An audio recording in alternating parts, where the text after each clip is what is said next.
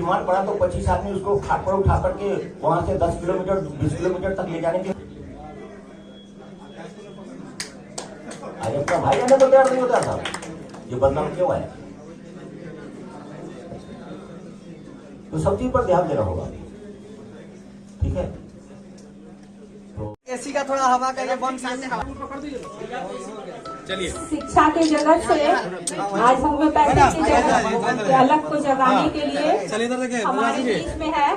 हाँ, इधर देखिए था डॉक्टर बंसी पीछे मोबाइल कौन रख ले? मोबाइल हटाइए। हाँ, चलिए इधर देखिए था इधर। चलिए हम लोग विधिवत इस कार्यक्रम का उद्घाटन करते हुए बहुत अच्छा। हैप्पी बर्थडे डॉक्टर सैमुअल अमीर साहब। इधर देखिए।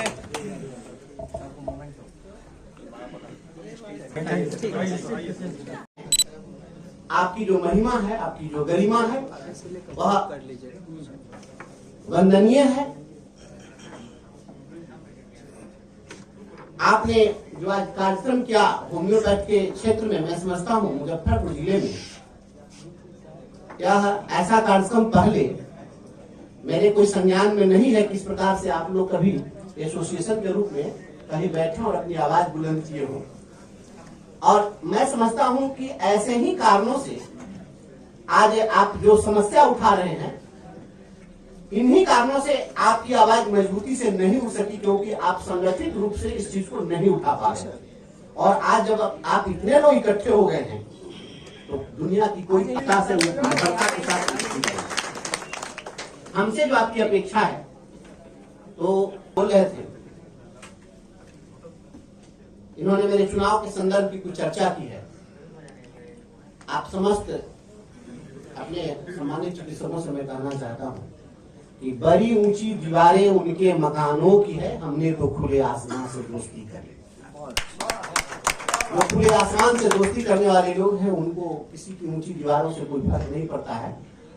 मैं सदन में पहली बार गया बजट सत्र में, दिसंबर में मैं जीता हूं और बजट सत्र सामने शुरुआत थी, मैं गया बजट सत्र में और पहले ही दिन जब मुझे बोलने का मौका मिला मुख्यमंत्री के समक्ष, मुझे जो लगा मैं बेबाकी से बोला। और जब मैं शुरू हो गया तो सभी लोगों को आपकी समस्याओं को उठाया होता सदन के अंदर, क्योंकि चिकित्सा से मैं लोगों से पूछता था कि आप हेल्थ रिलेटेड मुझे कुछ इश्यूज दीजिए जिसको हम उठा सके, क्योंकि जो वहाँ विधायी प्रक्रिया है, अब कोई भी नया स्टूडेंट होगा, कितना भी जानकार होगा, कितना भी इंटेलिजेंट होगा, क्लासरूम में भेज दीजिएगा तो थोड़ा सा असहज जरूर हो जाए सके।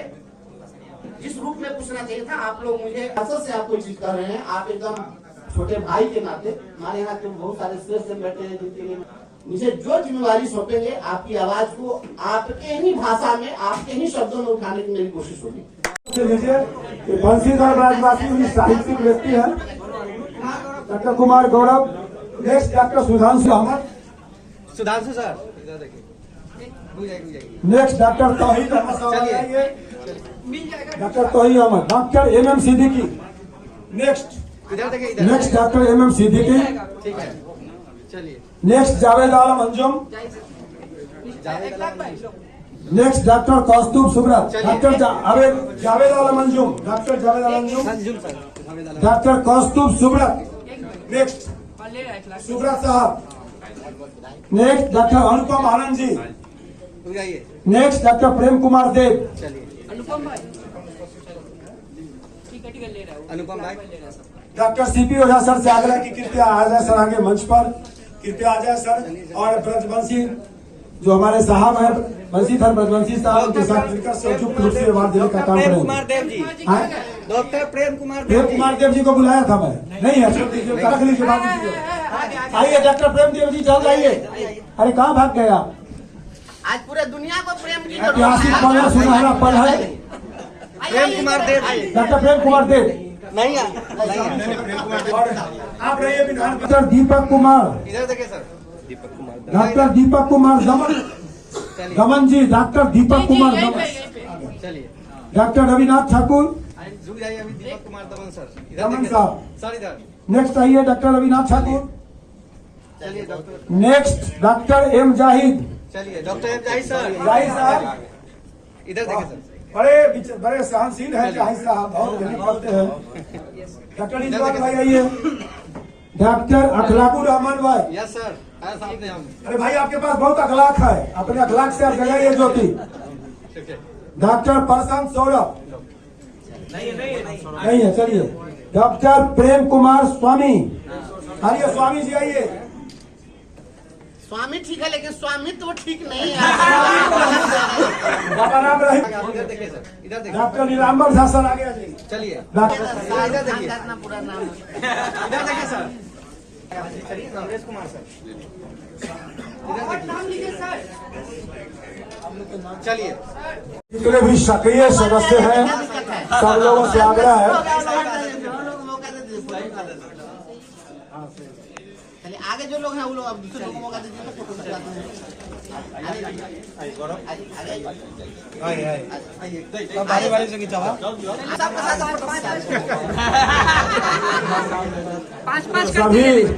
सभी डॉक्टर जुमा डॉक्टर उत्साहित हैं उनके व्यवहार से, उनके सोच से। कृपया अतिथि जी को क्या कहेंगे होम्योपैथी के फादर का जयंती मना रहे हैं? सर्वप्रथम आज विश्व होम्योपैथिक दिवस के अवसर पर होम्योपैथ चिकित्सा में लगे हमारे तमाम जितने भी ईश्वर सदृश चिकित्सक हैं सभी को विश्व होम्योपैथिक दिवस की मैं बहुत बहुत बधाई देता हूँ, असीम शुभकामनाएं देता हूँ। आज सैमुअल हनीमैन साहब की आज जयंती है और होम्योपैथ एक ऐसी चिकित्सा विधा है जो असाध्य रोगों का जब कोई निदान नहीं मिलता है तो ऐसे दुरूह रोगों के इलाज के लिए भी लोग होम्योपैथ की ओर ही मुखातिब होते हैं। एलोपैथ की जो व्यवस्था है उस एलोपैथ में लोग तात्कालिक राहत उससे प्राप्त कर लेते हैं, लेकिन वह एक बीमारी का इलाज करके कई बीमारियों को जन्म देता है। लेकिन होम्योपैथ कोई साइड इफेक्ट नहीं देता है और यह किसी भी बीमारी को जड़ से समूल नष्ट करने के लिए एक कारगर चिकित्सा पद्धति है। और आज विडंबना यह है कि हमारे बिहार राज्य में जो होम्योपैथ चिकित्सकों को जो सम्मान मिलना चाहिए था और इस चिकित्सा पद्धति को जिस प्रकार से प्रोत्साहन मिलना चाहिए था, इसमें सरकार पूरी तरह से फेलियर है। पूरे बिहार में मुजफ्फरपुर का ही एकमात्र आरबीटीएस होम्योपैथिक कॉलेज है जहां पर यहाँ मेडिकल कॉलेज है, अस्पताल है और इसके अलावा कहीं अस्पताल नहीं। तो आप जिस प्रकार से एलोपैथ को प्रमोट कर रहे थे, मैं समझता हूँ उससे ज्यादा होम्योपैथ को प्रमोट करना चाहिए था, क्योंकि जितनी आज बीमारियां हो रही है, एक बीमारी का इलाज करो एलोपैथ में और कई बीमारियों को और पाल लो, फिर उसके इलाज के लिए दौड़ते रहो। तो बीमारियों के बाद बीमारी, उसके बाद बीमारी और बीमारी जनित बीमारी जिस प्रकार से यह प्रसार हो रहा है उसको रोकना है तो लोगों को होम्योपैथ की ओर आना पड़ेगा। और ये होम्योपैथ जो ट्रीटमेंट है इसमें जो जिन दवाइयों का प्रयोग होता है वो दवा सर्वग्राह है, सभी उसको आसानी से ले सकते हैं। बच्चों को भी आसानी से वह दवा दी जा सकती है और बुजुर्गों को भी वह दवा आसानी से दी जा सकती है। इसलिए इससे बेहतर कोई चिकित्सा पद्धति हो ही नहीं सकती है। तो होम्योपैथ के लिए निश्चित रूप से सरकार को चाहिए कि जिस प्रकार से सभी जिलों में आप मेडिकल कॉलेज और हॉस्पिटल खोल रहे हैं, उसी प्रकार से सभी जिलों में और सभी प्रखंड स्तर तक इस प्रकार के हॉस्पिटल खुलने चाहिए थी, अस्पताल, होम्योपैथ अस्पताल खुलना चाहिए। होम्योपैथी के डॉक्टर की बहाली हुई है लेकिन उनका एलोपैथिक इलाज करवाया जा रहा है। अच्छा एक चीज बताइए, बहाल कर दीजिएगा। आप बहाल किसी को कर दिया, किसी भी आप मैकेनिक को कह दीजिए कि आकर के आपको काम करना है, उसको आपने टूल्स नहीं दिया है, उसको आपने इक्विपमेंट्स नहीं दिए, एनवायरमेंट नहीं दिया, इंफ्रास्ट्रक्चर नहीं दिया है, उसके लिए जो उनकी आवश्यक उपकरण है, जो दवाइयां हैं, ये आप प्रोवाइड नहीं करेंगे तो डॉक्टर क्या करेंगे?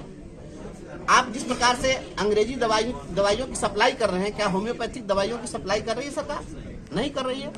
तो आप जब दवा उपलब्ध नहीं कराएंगे, इनके जो चिकित्सा के जो साधन है वो उपलब्ध नहीं कराएंगे तो ये क्या करेंगे? ये बेनतीजा रहेंगे, असफल होंगे और सारा ठीकरा फिर आप चिकित्सकों पर फोड़ेंगे। आज हमारे साथियों ने अवगत कराया मुझे, क्योंकि मैं तो शिक्षक रहा हूं और शिक्षकों की समस्या से अवगत रहा हूं। अभी जो बताया हमें लोगों ने कि आपने राज्य के अंदर में शराबबंदी की है और अल्कोहल को आपने बैन किया है और ये होम्योपैथिक जो दवाइयां हैं वो अल्कोहल में ही डाइल्यूट होती हैं, तो अल्कोहल को आपने प्रतिबंधित कर दिया और अब अल्कोहल खोजने आप होम्योपैथ डॉक्टर के आपके क्लिनिक पर पहुंच रहे हैं। तो जब आप डॉक्टर के क्लिनिक पर पुलिस भेजिएगा तो उस क्लिनिक में कोई पेशेंट जाएगा? आप डेमोरलाइज कर रहे हैं होम्योपैथिक डॉक्टरों को। समाप्त करने की कोशिश तो नहीं है, क्योंकि होम्योपैथी के डॉक्टर से एलोपैथी का इलाज करवाया जा रहा है। तो आप वही कराएंगे ना, जब होम्योपैथिक डॉक्टर से एलोपैथी का इलाज कराएंगे तो वही होगा। इस लचीली व्यवस्था पे आप क्या कहेंगे? निश्चित इस मामले को हम उठाएंगे, सदन में भी उठाएंगे और व्यक्तिगत रूप से सरकार के स्तर पर जो कुछ भी पहल हो सकता है। हालांकि यह सरकार तो किसी की सुनती नहीं है, लेकिन फिर भी सुनाने की कोशिश हमारी होगी। हम एक एमएलसी के नाते, एक विधान पार्षद होने के नाते, एक जनप्रतिनिधि के होने के नाते हम जो भी आवाज उठा सकते हैं पूरी मुखरता के साथ उठाएंगे और हम चिकित्सकों के साथ खड़े हैं। होम्योपैथ चिकित्सा को बढ़ावा देने के लिए हम लगातार, चूंकि अभी तो मेरा पहला अनुभव था, पहली बार मैं सदन में गया था। अगर मुझे इसके पहले अगर लोग मिले होते और इस पर ध्यान आकृष्ट किया होते तो मैं इसी बार सदन के अंदर सवाल जवाब कर देता। इस मामले को लेकर हम लड़ेंगे और चिकित्सक जहां मुझे खोजेंगे उनके साथ खड़े।